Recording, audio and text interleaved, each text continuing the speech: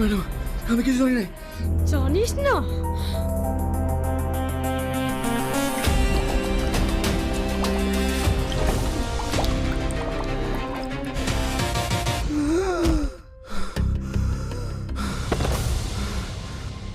যেভাবে হোক ওর মুখ থেকে কথা বার করবই। আর হ্যাঁ, গনাকে খুঁজে পেয়েছো? না ম্যাডাম, ও বাড়িতে নেই। পৃথিবীতেই আছে। যেভাবেই হোক ওকে তাড়াতাড়ি খুঁজে বার করো। Okay madam.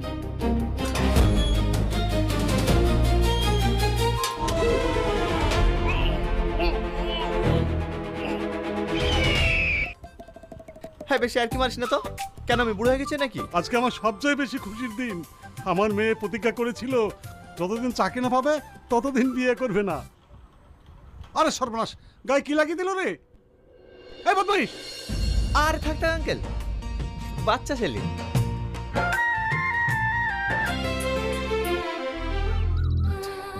মেঘনা, মেঘনা, কি রে, চুপ করে থাকলি যে? বল কি হয়েছে? ইলিয়াসকে খুঁজে পাওয়া যাচ্ছে না।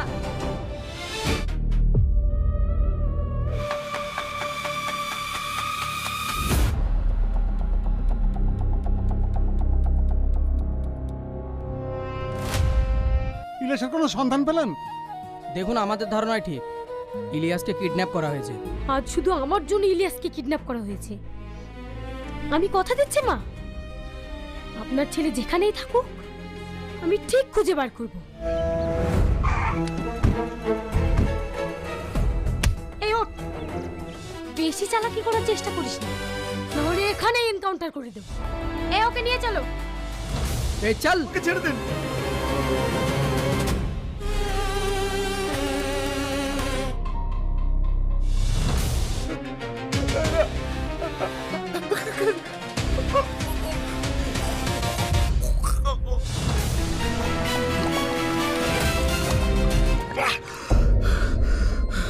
ম্যাডাম, আমি কিছু জানি না। ম্যাডাম, না, আমি কিছু জানি না।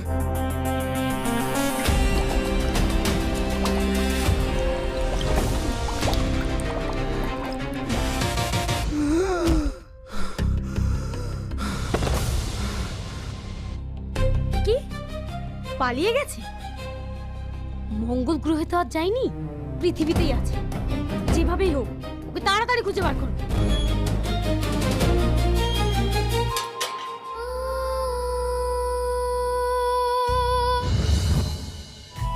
You are under arrest.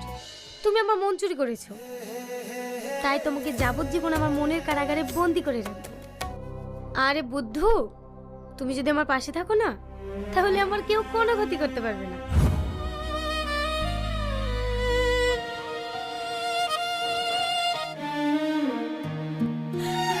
Madam, madam. হ্যাঁ বলো। ইলিয়াসের খবর পাওয়া গিয়েছে। কোথায়? ম্যাডাম, এই লোকটাই লাশটাকে প্রথম দেখেছে।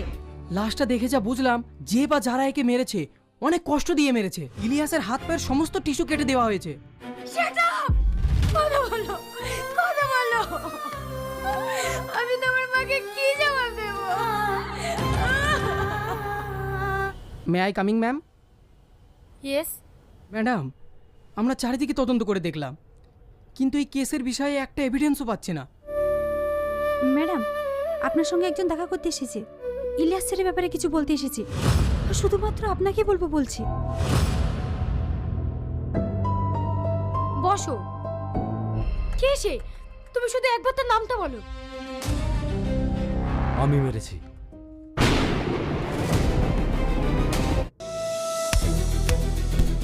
বল কেন মেরেছিস? কি দোষ করেছিল ও তোর? তাই তুই ওকে এত নৃশংসভাবে হত্যা করলি?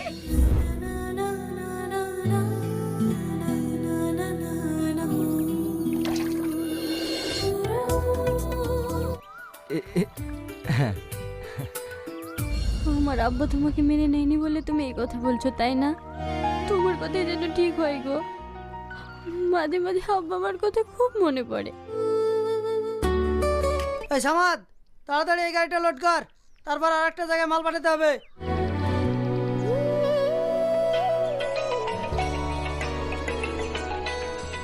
তুমি তাড়াতাড়ি বাড়ি আইসো। তোমার কিচ্ছু হবে না, এই তো আমি আছি, তোমার কিচ্ছু হবে না। Nurse, nurse. সামাদ, আমার বুড়ি কোথায়? ও ঠিক আছে তো? ও এখন ওটিতে আছে। সিস্টার, আমার স্ত্রী কেমন আছে? সরি, আমরা আপনার স্ত্রী আর বাচ্চাকে বাঁচাতে পারলাম না।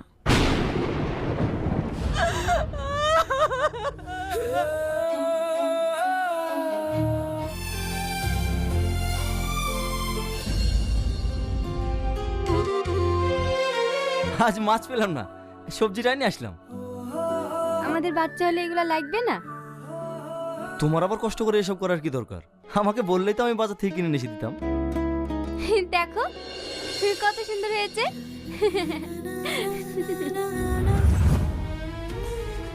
সামাদ,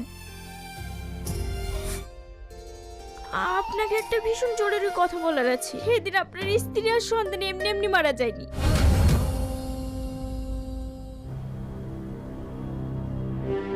আরে যা, সালা কি হয়ে গেল এটা? পেশেন্টটা তো মারা যাবে। হ্যাঁ, মারা যাবে। তাতে কি হয়েছে?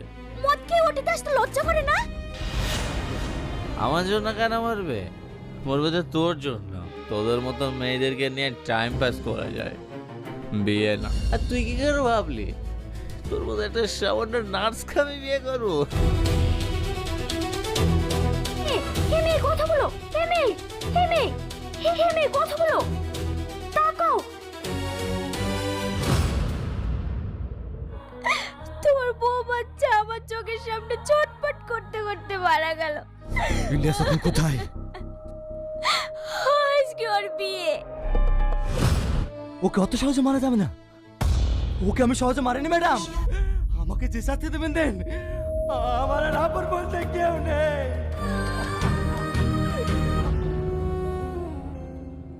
আসামি রাজের কোনো উপযুক্ত প্রমাণ না থাকায় আদালত তাকে সম্মানের সহিত বেকসুর। এক্সকিউজ মি ম্যাডাম, আমি চাই আদালত তার বয়ান শুনুক। Objection my lord. Sorry madam, আমি কোনো আদালতের কাছে বিঘ্ন ঘটাচ্ছি না। আমি এই কেসের উপযুক্ত সাক্ষী নিয়ে এসেছি, ঠিক আছে? Objection proceed. অফিসার, আপনি আপনার সাক্ষী পেশ করুন। Thank you. যাহা বলিব সত্য বলিব, সত্য বই মিথ্যা বলিব না। সেই দিন এই ব্যক্তি আমার বান্ধবীকে নোংরা প্রস্তাব দেয়, ওকে খুন করে। মিথ্যা কথা বল। ওই দিন আমার মক্কেল ব্যাঙ্গালোরের সনেট হোটেলে তার বিজনেস মিটিং এ ব্যস্ত ছিলেন।